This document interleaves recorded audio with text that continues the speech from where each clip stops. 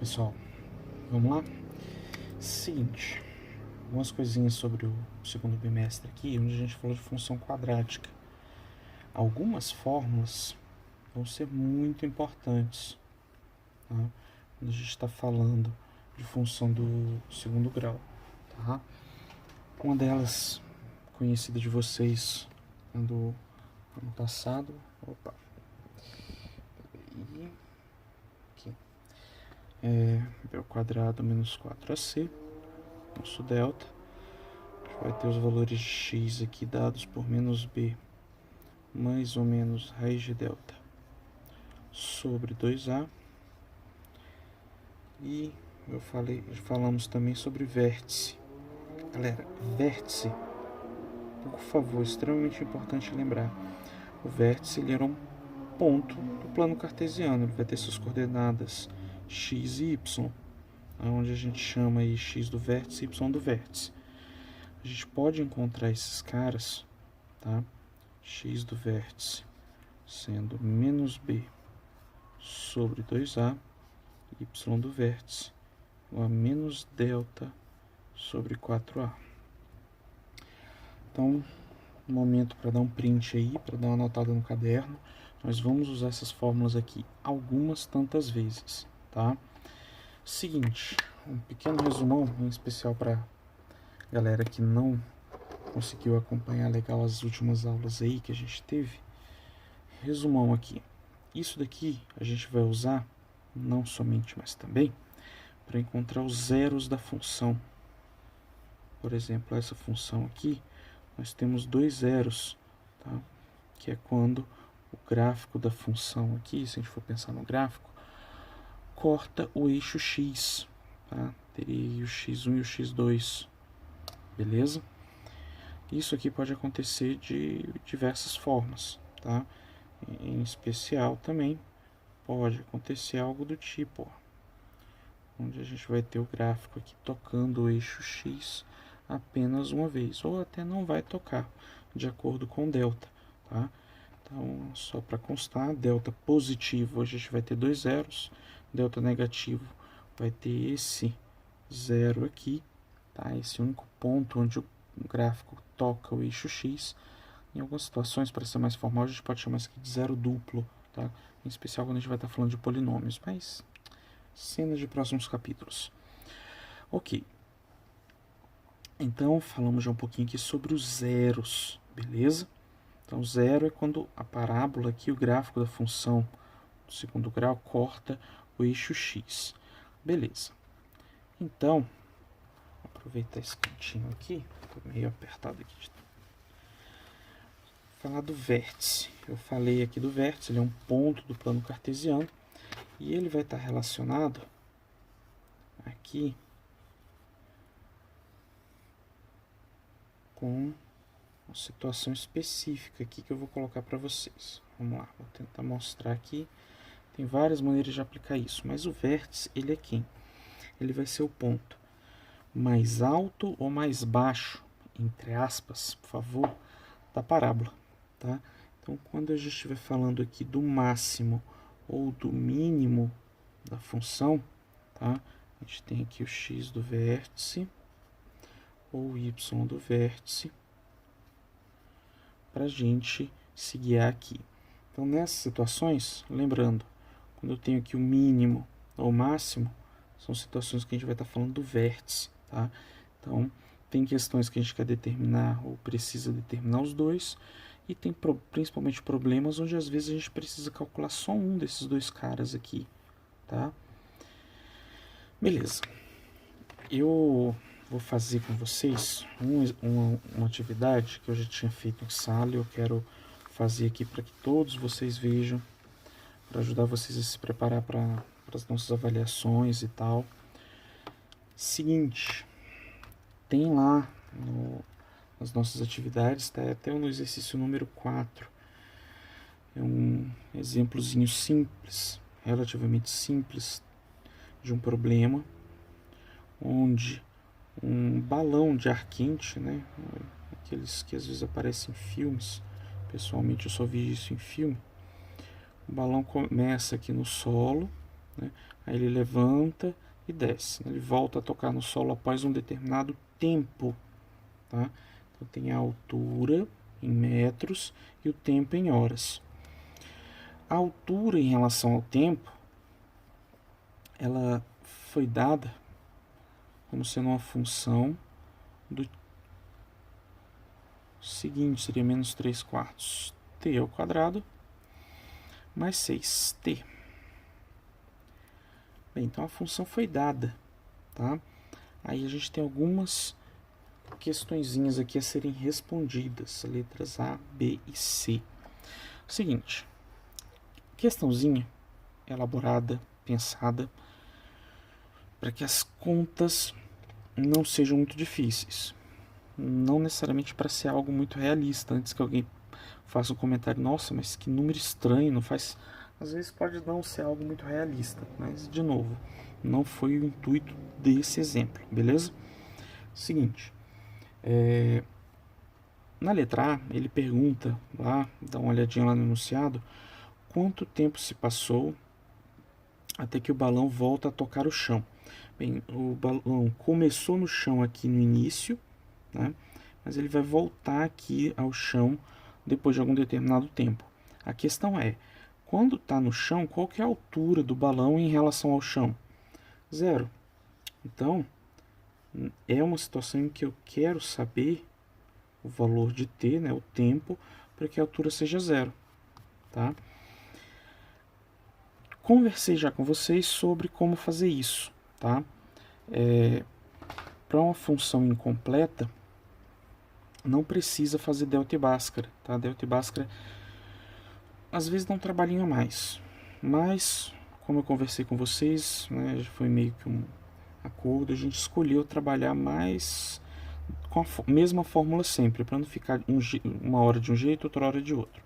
Apesar do que, de novo, tem situações como essa que dá para fazer de outro jeito, pode até ser um pouquinho mais rápido. Na aula vocês podem me perguntar, dependendo eu faço com vocês, tá? Vamos lá.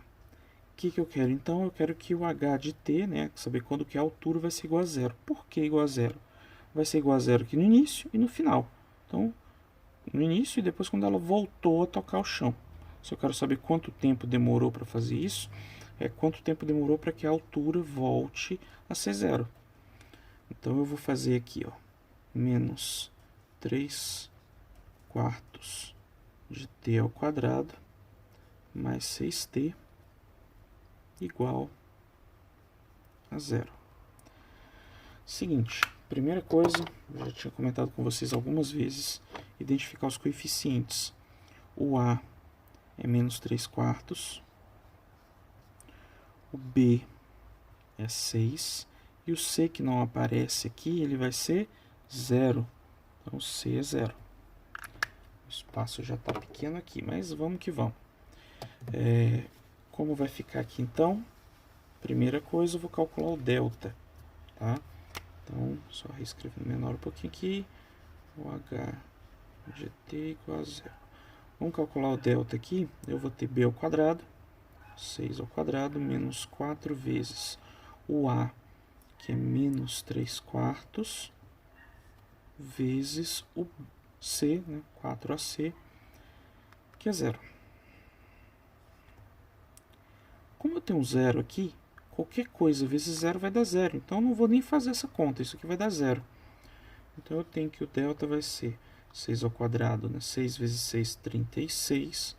Menos 0, que eu não vou nem escrever. Então, o delta já é 36. Está bem aqui. Beleza? Vamos calcular, então, as raízes. O x vai ser menos b, menos 6, mais ou menos raiz de delta, raiz de 36, sobre 2 vezes o a, que é menos 3 quartos. Operação com fração aqui, ó. Cuidado, tem muita gente que erra aqui. Então, vamos simplificar um pouquinho essa brincadeira aqui. Eu vou ter, então... Vamos lá, será que eu consigo escrever aqui embaixo? 2 vezes menos 3 quartos. Fazendo aqui, como é que vai ficar? Menos 6 eu vou repetir. Então, temos aqui menos 6, mais ou menos raiz de 36, que é 6. E aqui embaixo, 2 vezes menos 3 quartos, bem, vai ficar menos. Aí eu tenho 6 quartos, que simplificando é 3 meios. Beleza? Então, tá. Daqui eu vou separar em 2 valores. Vai ser o meu x1 e o meu x2. Tá? Esse mais ou menos aqui a gente vai ter que fazer as duas contas. Meu x1, que vai ser menos 6 mais 6 sobre menos 3 meios. Isso aqui, galera, menos 6 mais 6 vai dar 0. 0 dividido por qualquer coisa é 0. Portanto, nosso x1 é 0. E a gente esperava isso. Afinal de contas, no momento inicial aqui, a altura do balão é 0. Depois disso, nós teremos aqui o nosso x2. Tá? Quem vai ser o meu x2? Vamos fazer a continha aqui rapidão. Temos aqui, então, menos 6. Menos 6, né? Fiz com mais, agora vou fazer com menos. Dividido por menos 3 meios. Isso daqui vai me dar menos 12 dividido por menos 3 meios. Em geral, eu já coloco aqui mais, tá? Que eu tenho menos e menos. Na divisão isso vai ficar mais. Aí, divisão que envolve fração, eu mantenho a primeira, no caso 12, e vou multiplicar pelo inverso da segunda, que é 2/3. Belezinha? Multiplicação, multiplico de cima com de cima, de baixo com de baixo. Aí eu vou ter 24 sobre 3, que dá 8. Então, eu vou ter aqui que o meu x2... Vou ter aqui que o meu x2 é 8. Então, demoraram 8 horas. Tá? A resposta aqui para a nossa letra A é que demoraram 8 horas. Demoradinho, né? Mas como eu falei, né, que não é o intuito de ser muito realista. Não faz sentido um pequeno passeio de balão ser 8 horas. Tá? Se fosse um balão meteorológico, sei lá, que enfim, esteja fazendo uma observação, beleza, tá? Mas não é algo que faz muita diferença aqui pra gente nesse momento. A questão são os conceitos aqui por trás disso. Belezinha? Vamos tentar fazer a letra B e C, tá? Letras B e C, eu não vou apagar, eu vou deixar aqui de um lado, como eu já tinha feito. Vamos fazer aqui do outro lado, letras B e C. A letra B e a letra C, elas estão bem relacionadas, porque ambos têm a ver com vértice, tá? Uma, a gente vai estar perguntando qual foi a altura máxima. A altura máxima é o y do vértice. O tempo para que a altura seja máxima é o x do vértice. Na letra B, ele pergunta a altura máxima. Então, para a letra B, a gente vai calcular o y do vértice. Para a letra C, quanto tempo se passou até que o balão atinja a altura máxima? Isso vai ser o x do vértice.